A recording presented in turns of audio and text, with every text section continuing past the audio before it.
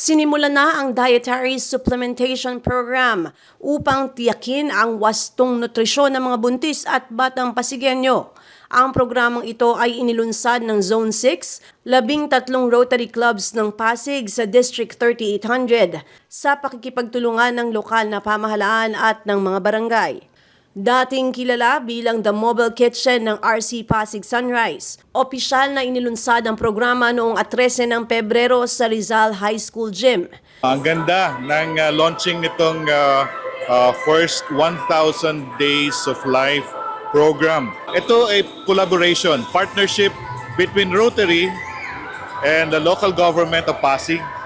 At the same time, mga barangay level and yung city health. So, ang part ng sa Rotary, kami po ay nag-provide ng fundings para na kinuha namin sa the Rotary Foundation, sa district grant. Ang papel naman ng ating local government, sila yung nag-organize ng mga beneficiaries. At napakaganda. Ang ganda ng collaboration ng partnership nito. Ito yung nagsama-sama 13 Rotary clubs ng Pasig. Tapos in cooperation with the city through yung city nutrition. Dinaluhan nila Mayor Vico Soto, Congressman Roman Romulo, Vice Mayor Dodo Jaworski at Konsehal Simon Romulo Tantoco na pawang mga miyembro ng Rotary. Kasama rin ang mga opisyal at iba pang Rotarians, mga kinatawan ng LGU at barangay at mga benepisyaryo.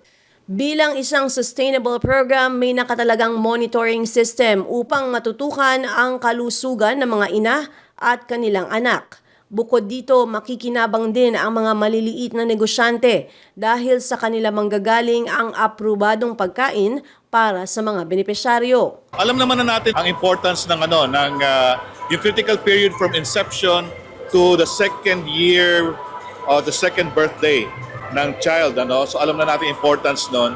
So dito sumusuporta ang Rotary and LGU para lang mabigyan ng incentive ang mga nanay. Every month meron silang mga prizes, At besides that, merong monitoring ang barangay level. Yun ang maganda. Ito ay comprehensive, systematic. Hindi lang one-time deal o one-time project. Ito pang matagalan. Kada barangay may naka-assign na tao na magmo-monitor.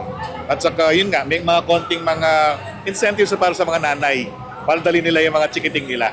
At saka kagandahan nito, meron kapartner na karinderya. Nakakatulong na rin tayo sa mga karinderya na accredited ng ating LGU, nakapartner. Nagkaroon po ng grant na binigay ang district. Tapos nagkapulong-pulong nga po ang 13 clubs of different projects.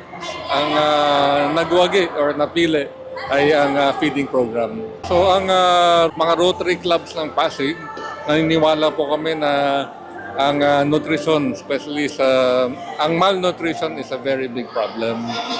Para tayo maging competitive, kailangan po maalagaan yung mga mothers pa lang sa sinapupunan nila, yung baby. And we feel that maliit lang po to dahil 60 lang. But we want to grow this and we want to work with the city. Parang ang alam namin po, 10,000 ang malnutrition children in Pasig. So we want to do our share. Nagpasalamat si Bobby Zamora, Governor ng District 3800, sa ambag ng mga miyembro ng Zone 6 sa matagumpay na pagsisimula ng programang ito na naglalayong mapabuti ang kalusugan ng mga nanay at bata sa Pasig. Sa ating mga fellow Rotarians, ito ay isa sa mga areas of focus natin. Ito ay tinatawag na Saving Mothers and Children. So ito is sa magandang testimonya ng ating commitment sa pagbibigay serbisyo sa ating mga kababayan.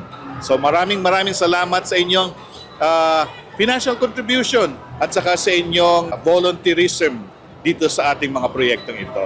Ako si Luan Peñano para sa latest ng iNews Pasig.